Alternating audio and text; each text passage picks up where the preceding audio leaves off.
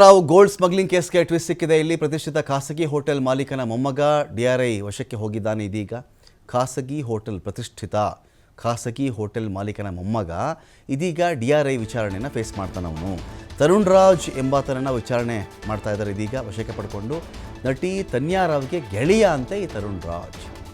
ನಟಿ ರನ್ಯಾಗೆ ತರುಣ್ ರಾಜ್ ಗೆಳೆಯ ಇದ್ದಾನೆ. ದುಬೈನಲ್ಲಿ ರನ್ಯಾ ಜೊತೆ ಇವನಿದ್ದ ಎನ್ನುವ ಬಗ್ಗೆ ಕೂಡ ಡಿಆರ್ಐಗೆ ಮಾಹಿತಿ ಇದೆ. ಸ್ಮಗ್ಲಿಂಗ್ ಬಗ್ಗೆ ತರುಣ್ ರಾಜ್ನ ವಿಚಾರಣೆಗೆ ಇದೀಗ ಡಿಆರ್ಐ ಮುಂದಾಗಿದೆ. 2 ದಿನಗಳಿಂದ ತರುಣ್ ರಾಜ್ನ ವಿಚಾರಣೆ ಮಾಡಲಾಗ್ತಾ ಇದೆ. ತರುಣ್ ರಾಜ್ನ ಬಂಧನ ಮಾಡಬೇಕಾ ಬೇಡವಾ ಎನ್ನುವ ಬಗ್ಗೆ ಇವತ್ತು ಗೊತ್ತಾಗಬಹುದು ಅಂತ, ಅದರ ಬಗ್ಗೆ ಅಫಿಷಿಯಲ್ ಆಗಿ ಇವತ್ತು ಗೊತ್ತಾಗುತ್ತೆ ಅಂತ ಹೇಳಿ. ಅಂದರೆ ವಶಕ್ಕೆ ಪಡೆದುಕೊಳ್ಳುವುದು ಬೇರೆ, ಬಂಧನ ಮಾಡೋದು ಬೇರೆ. ವಶಕ್ಕೆ ಪಡ್ಕೊಳ್ಳೋದು, ವಿಚಾರಣೆ ಕರೆಸಿದ್ವಿ ಅಂತ ಹೇಳೋದು ಬೇರೆ. ಅರೆಸ್ಟ್ ಮಾಡಲೇಬೇಕು ಅಂತೇನು ಅವ್ರಿಗೆ ಬೇಕಾಗಿರ್ತಕ್ಕಂಥ ಮಾಹಿತಿ ಸಿಕ್ಕಾಗ ಆಯ್ತಪ್ಪ ನೀನು ಹೋಗ್ಬಾ, ನಾನು ಮತ್ತೆ ಕರೆದಾಗ ಬಾ ಅಂತ ಕಳಿಸ್ಬಿಡ್ತಾರೆ.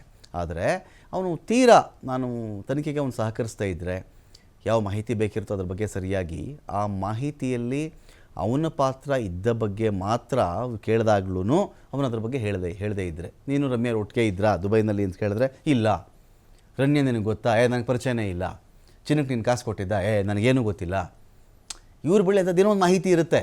ನೋಡಪ್ಪ ಇಂಥ ದಿನ ಇಂಥ ಕಡೆ ಇಂಥ ಹೋಟೆಲಲ್ಲಿ ನೀವಿದ್ರಿ, ಇಂಥ ಕಡೆ ನೀವು ಹೋಗಿದ್ದೀರಾ, ಇಂಥ ಅಂಗಡಿಗೆ ಹೋಗಿದ್ದೀರಾ, ನೀವಿಬ್ಬರು ಚಿನ್ನ ಖರೀದಿ ಮಾಡಿದ್ದೀರಾ, ಒಂದು ಈ ಥರದೊಂದು ಪ್ರಶ್ನಾವಳಿ ಇರುತ್ತಲ್ಲ, ಇದಕ್ಕೇನೋ ಒಂದು ಸರಿಯಾಗಿ ಉತ್ತರ ಕೊಡದೇ ಇದ್ದಾಗ ಆಗ ಬಂಧಿಸಲೇಬೇಕಾಗತ್ತೆ.